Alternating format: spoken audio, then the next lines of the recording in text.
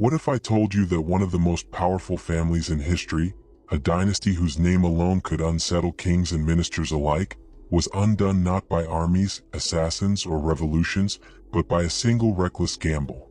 Imagine an empire of wealth so vast, so meticulously constructed, that it seemed untouchable, yet beneath the gold and grandeur, human weakness quietly gnawed at its foundations. This is not merely a story of money. This is a story of pride, obsession, and the illusion of invincibility. This is the story of how a single bet threatened the Rothschilds and revealed, finally, that even legends are mortal.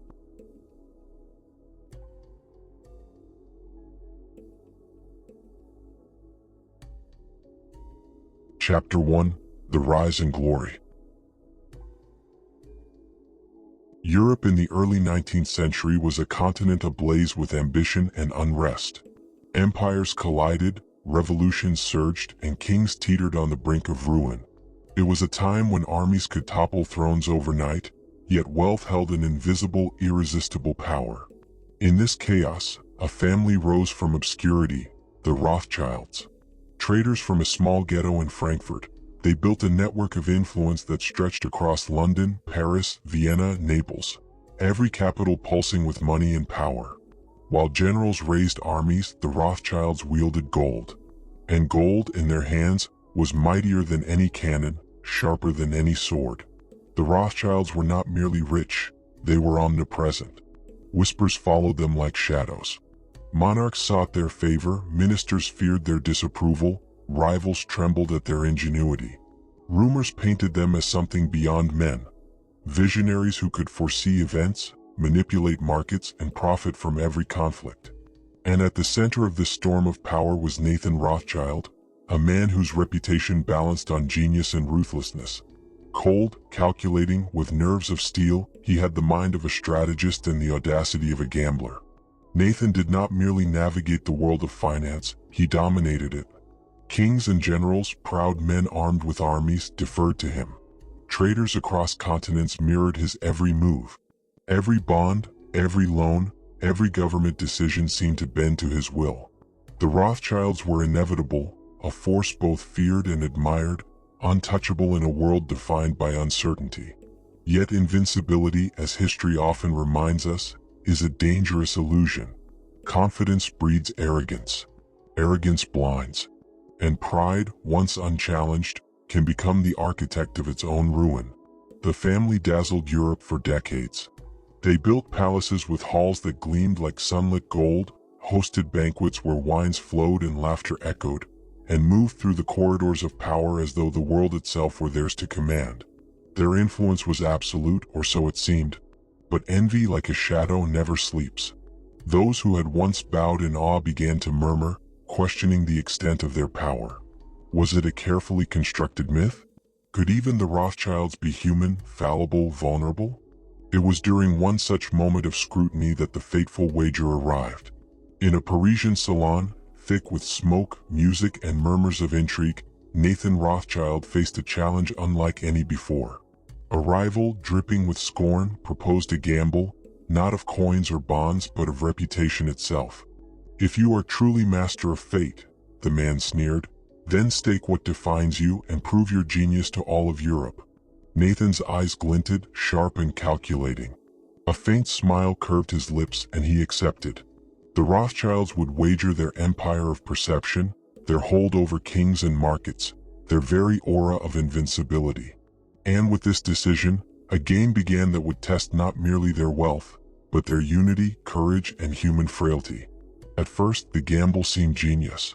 Nathan and his brothers funneled vast sums into bonds and loans that others dared not touch. Each move appeared prescient. The markets, trembling under the weight of uncertainty, seemed to obey the Rothschilds' invisible hand. Outsiders whispered of sorcery, of supernatural foresight. Every success bolstered their reputation. Every calculated risk reinforced the myth of invincibility. Yet ambition, once awakened, cannot easily be restrained. The Rothschilds grew greedy for more than victory, they craved absolute domination. The wager expanded, consuming every branch of the family, every fortune, every influence they could muster. What had begun as a challenge to prove genius became the axis of their lives. Every decision, every move, every transaction was filtered through the lens of the bet. Inevitably, cracks appeared. Minor delays, miscommunications, and political shifts that once would have been negligible began to compound. Rivals whispered, information leaked, and even ministers, once loyal, hesitated. Nathan's correspondence, usually razor-sharp, began to show the first hints of strain, a subtle edge of desperation beneath the polish of confidence. The family's unity, once unshakable, began to tremble. Fear, the first and deadliest enemy of the mighty, had crept quietly inside. Still, the Rothschilds pressed forward. To retreat was unthinkable. To hesitate was to admit weakness. They poured more gold, more influence, more audacity into the wager. Each move was meant to restore confidence, yet each move only deepened the perception of risk. Their empire, once untouchable, now teetered on the edge of its own ambition. The world outside sensed the shift. Markets that had followed the Rothschilds blindly now hesitated. Rivals who had long bowed were emboldened. Caricatures and rumors spread, mocking the once infallible Rothschilds as gamblers who had finally overreached. And through it all, the family continued, blind to the gathering storm, believing their legend would protect them from misfortune. Then came the first catastrophic blow. A government whose bonds they had championed and guaranteed faltered. Payments were missed, panic spread, and markets plunged. Tens of millions evaporated overnight. The Rothschilds, masters of Europe's finances, had finally been defeated, not by violence, but by the cruel arithmetic of chance and human error. Humiliation was swift and brutal. Wealth remained, yet the aura that had shielded them, that had made them untouchable, was gone. Kings no longer trembled, ministers no longer deferred, rivals no longer feared. Pride, unity, and the absolute certainty of immortality had been stolen from them.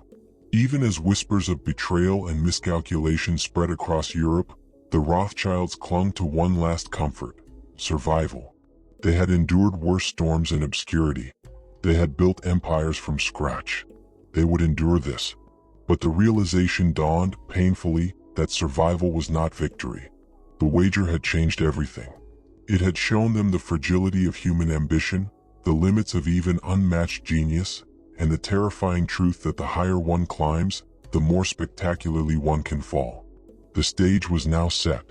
The rise had dazzled Europe, the gamble had begun, and the fall, the reckoning of ambition, pride, and hubris, loomed just beyond the horizon.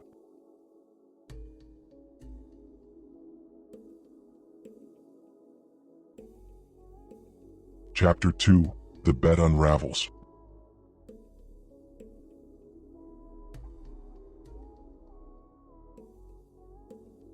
The storm did not strike all at once. Fate, cruel and patient, creeps silently before it roars. The Rothschilds, accustomed to winning, dismissed early signs. A delayed repayment here, a subtle political shift there. They waved them off, confident that their gold and influence could overcome any obstacle. But this time the currents were beyond control. Governments wavered. Ministers hesitated. Rivals, once cowed, now whispered and plotted openly. Newspapers mocked them, painting the Rothschilds as greedy gamblers, their empire teetering on the edge of collapse. The world's perception, the very shield that had made them untouchable, began to crack. Nathan, ever calculating, doubled their commitments. His brothers followed, tying the family's fate ever tighter to the wager. If they succeeded, their dominance would be unshakable. But if they failed, the consequences would be catastrophic. Small failures grew into patterns. Delays became defaults, rumors became panic, and markets sensed weakness. Traders who once mirrored every Rothschild move now hesitated, then fled. Bonds they had sworn were safe slipped, then tumbled. The family bled, not in blood, but in reputation and fortune. Inside their own walls, fear festered. Letters bristled with blame and suspicion. Nathan accused James. James accused Salomon. Brothers who had once trusted one another implicitly now questioned motives. Their unity, the very foundation of their empire, was fracturing under the pressure of hubris and miscalculation. Yet they could not stop. To halt was to admit defeat. To retreat was unthinkable. Gold poured into failing positions, loans extended to collapsing governments, assurances made to those who no longer trusted them. Every move meant to restore confidence only deepened the impression of panic. Then the hammer fell. One of the governments they had staked everything on collapsed. Bonds became worthless overnight. Tens of millions vanished. Rivals, enemies, even former allies reveled in their humiliation. The mighty Rothschilds, untouchable for decades, had been defeated. Humiliation was only the beginning. Wealth remained, but the illusion of invincibility, their true power, was gone. Kings no longer feared them. Rivals no longer bowed. The empire of perception that had protected them for decades had crumbled. Nathan's health declined under the weight of disgrace. His once commanding letters turned erratic, bitter, and desperate. Pride, once their greatest weapon, had become their undoing. The family endured, yes, but what remained was not dominance, but a shadow of their former glory, haunted by a gamble that had almost destroyed them entirely. And yet, paradoxically, the Rothschilds had gained something they could not have foreseen. Though diminished, their name endured, whispered in awe, envy, and fear. They were immortalized, not as rulers of nations but as legends, larger than life, defined by ambition and catastrophe alike. But myth is a cruel inheritance. As years passed, rumors multiplied. They were blamed for wars they did not start, for revolutions they did not orchestrate, for crises they could not control. Their power had faded, but their legend, dark and unyielding, grew stronger than ever, binding them to a legacy of envy, suspicion, and fascination. And all of it traced back to one wager. One gamble, born of pride, that had cracked the armor of invincibility and revealed the most human of truths. That even the greatest can fall, even the cleverest can miscalculate, and even wealth beyond imagination cannot protect a man from the consequences of ambition unchecked. The Rothschilds survived, but they were no longer untouchable. Their empire had been shaken, their unity fractured, their legend complicated. They had learned the cost of hubris, the fragility of power, and the unbearable weight of expectation. And the world watched, captivated by the unraveling of what had once seemed eternal. The story of the Rothschilds' wager is not merely about money or failure. It is about pride, obsession, and the illusion of invincibility. It is about human ambition reaching too far, only to be reminded that nothing, no gold, no influence, no myth, is truly safe from the reckoning of chance. And now, as their empire trembled and their fortune hung by threads, the final act approached. Their ultimate fall, the lasting consequences of the bet, and the haunting legacy that would define them for centuries.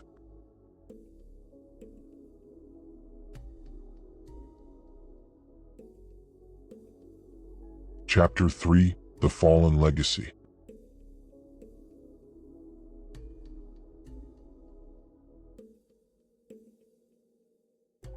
The Rothschilds survived the collapse, yet survival was a bitter victory. Gold still lined their vaults, estates still sprawled across Europe, and their name remained revered, but the invincibility that had defined them was gone. What they lost could not be measured in coins or bonds. It was something far more precious: the aura of untouchable power. Across Europe, new forces rose. Industrial magnates, rail barons, and oil tycoons amassed fortunes that dwarfed old dynasties. The political landscape shifted too. Monarchs fell, parliaments rose, and nationalism spread like wildfire.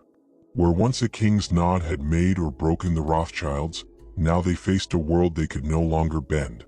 Their global network, once a shield, had become a target. Within the family, unity frayed. Brothers and cousins, once inseparable in purpose, began to distrust one another. Letters that once contained strategy now hinted at suspicion, fear, and resentment. The bonds that had made them unstoppable were stretched thin. Their greatest strength, the family itself, was now a vulnerability. Yet they endured. In Paris, London, Vienna, and Naples, Rothschild heirs rebuilt influence, invested in railways and industry, and patronized the arts. Outwardly, the family remained a symbol of wealth and refinement. But inwardly, they carried the scars of the wager, a lingering awareness that hubris could destroy even the greatest empire. The bet had taken more than gold, It had taken certainty, pride, and innocence. The legend, however, endured. Even diminished, their name inspired awe, envy, and fear. They became the subject of whispers and rumors, blamed for wars, revolutions, and financial crises they had little to do with. The myth of the Rothschilds grew even as reality had diminished. To the world, they were omnipotent. In truth, they were vulnerable, mortal, and haunted by the consequences of ambition. And this is the cruel irony. The very gamble that had threatened to ruin them also immortalized them. The Rothschilds had lost their absolute power, but they gained legend. Their story became larger than wealth, larger than life. A cautionary tale of ambition, hubris, and the fragility of human endeavor. Generations later, the heirs walked a peculiar path. Palaces and wealth remained, but public life was shadowed by suspicion and rumor. No other family in history has been so simultaneously envied, admired, feared, and misunderstood.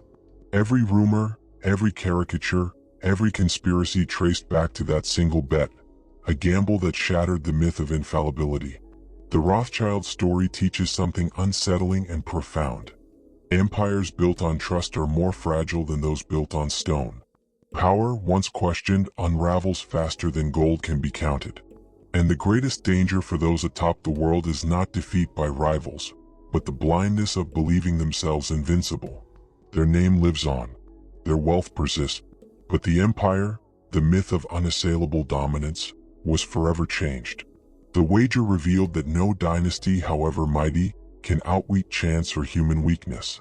The Rothschilds had risen to unimaginable heights, dazzled the world, gambled recklessly, and survived, forever immortalized not only for triumph, but for the catastrophe that proved even legends can fall.